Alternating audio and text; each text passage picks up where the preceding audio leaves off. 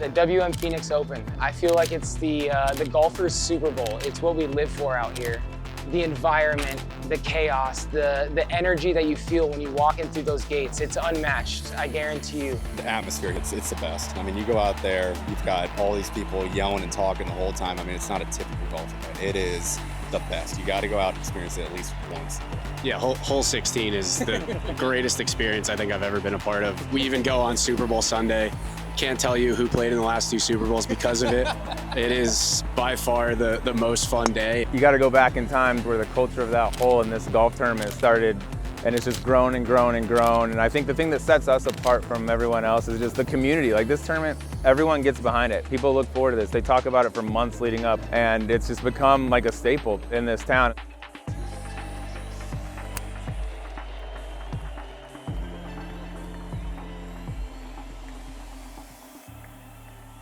I've got a lot of great Phoenix Open memories. Jake was on my lap.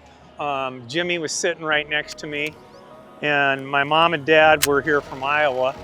And we were right above 16 tee box when there were a couple of bleachers there, and Tiger holds it out. I remember it. I remember I threw a can. Right. And I was like, damn, am I gonna be in trouble? So 97, wait, so he threw 7. a can at 7. No, I was 8. He was 8. A can of what? Probably a Budweiser.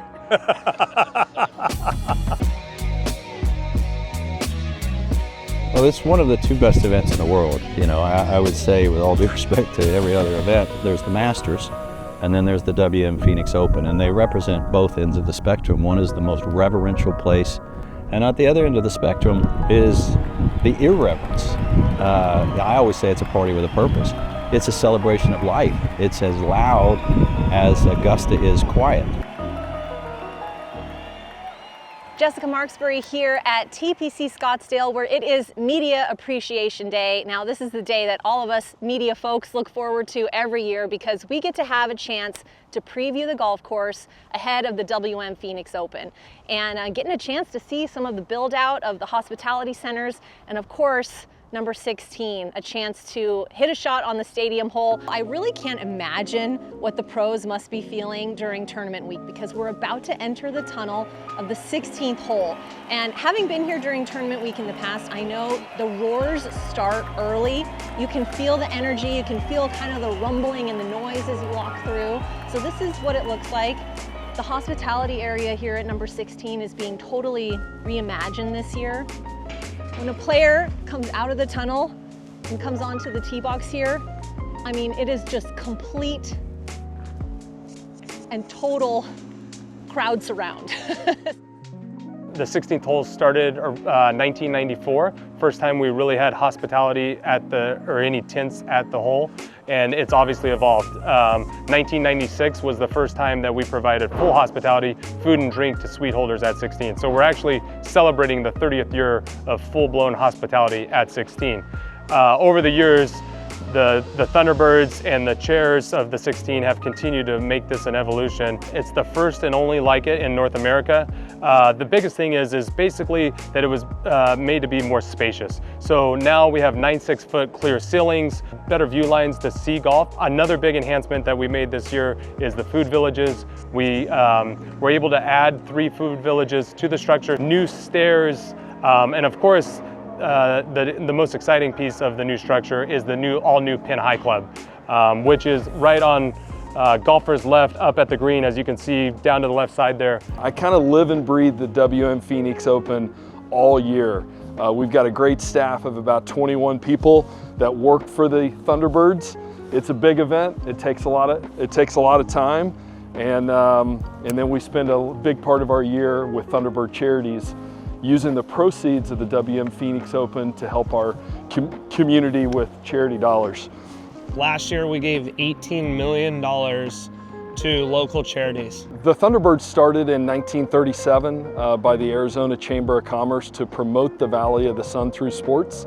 And here we are in 2026 and grown to be an amazing event, hosting an amazing golf tournament. The Thunderbirds, who really put the tournament on, were a great group of guys, and they helped me, they helped my wife, they helped us get through that first tournament where it was with great care.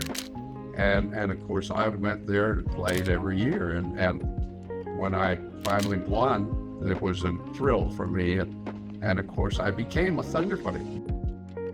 The Phoenix Open started here in 1932 and ran all the way through 1986 before it moved up to the Waste Management Open at TPC. So every year during the Phoenix Open, I got to come out here and watch the golf. And back then it was Ben Hogan, Sam Snead, Jimmy DeMeritt, Lloyd Mangrum. It was just unbelievable watching him. You can look through the years of multiple winners of Ben Hogan. You had Walter Hagen win here, Jack Nicklaus, Johnny Miller shot a 61. You could just look at those walls for hours and you can look at those players' scorecards and look at the field. It's a history of the best players of all time that all won here. I was 15 years old at the time. It was 1955, and Arnold Palmer just won the National Amateur.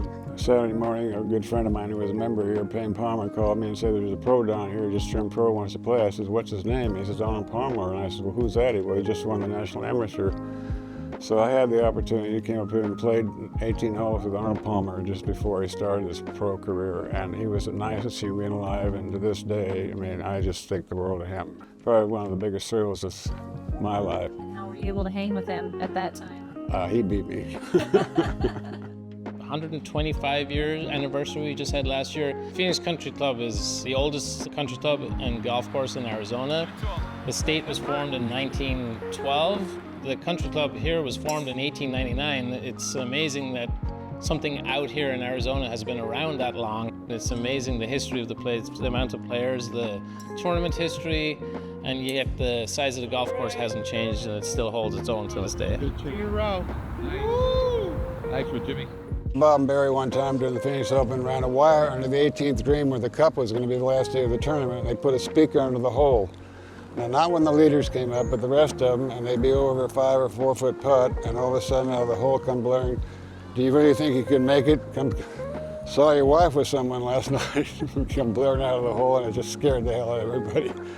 Back then they could have some fun, and they did. The hours were getting so big and the parking was getting to the point where they couldn't handle it, so they moved in '87 out to Scottsdale where the tournament is now, and it's the Waste Management Golf Tournament, and the success has just been unbelievable. I'll never forget when we moved the Thunderbirds. I'll never forget the meeting. They said, well, nobody will show up. Well, last year we had over 500,000 people show up, so it's been an unbelievable success. What does this tournament mean to you? Because you've had a lot of involvement in this tournament in the past when you were a player too. Yeah. I mean, I just love it. You know, being able to come, you know, especially like on Tuesday when you're able to come out and see all the amazing work that's done on Community Tuesday. And obviously the work is being done 365, 52 weeks a year by the Thunderbird charities, but like to be able to actually see, you know, 400 or 500 kids out there learning how to play golf, and not just learning how to play golf, but actually learning what it means to develop relationships and try something new, get outside of your comfort zone. If somebody sees me with the WM logo on it, the first question I have is, do you know about the tournament? Have you been to the tournament? So it's certainly been a terrific opportunity for brand recognition for WM. A lot of people consider it a bucket list item, and I think there's a host of reasons. One is I think it is clearly the most well-attended event in golf, and I think it's one of the most unique events in professional sports. All-time favorite moment at the Phoenix Open had to be recently Sam Ryder's hole-in-one. I was actually on that tee box doing the quiet please sign for like the 3 or 4 groups leading up. 2 groups before Sam, I passed it off to somebody else, like, you can take over. We're holding that sign up, nobody cares about it. We don't want them to be quiet anyways. And sure enough, 2 groups later, Sam Ryder comes in, hoops it. I had just gotten inside the lows, which is the lower area on 16, and the place started like vibrating and erupting. Like it was something, that noise, I don't know that you'll ever hear that on a golf course ever again. For it to happen on a Saturday when all the people were there at that time of day, it was perfect, something I'll never forget. So every player who comes out of this tunnel is hoping to add their name to this board right here. As you can see, this is the hole-in-one board here at the WM Phoenix Open. Look at the names on this list. Obviously, Tiger Woods, super famous, 1997. But you have Hal Sutton all the way back in 1988. Emiliano Grillo, our most recent one in 2025. I mean, is there a better place to have an ace? It's 130 yards from the pro tees. Now, that doesn't sound like much. For most of us, it's probably a short iron, nice easy swing. But I'll tell you what, it's the most nerve-wracking 130 yards you're gonna hit probably in your life.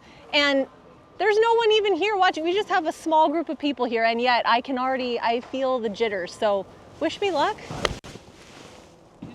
I hit the green. It didn't stay on the green. But yeah, we can cut that, right? We just finished the 18th hole here at TPC Scottsdale, and I have to say, this course has some serious teeth, especially if you're a bit wayward like I was today.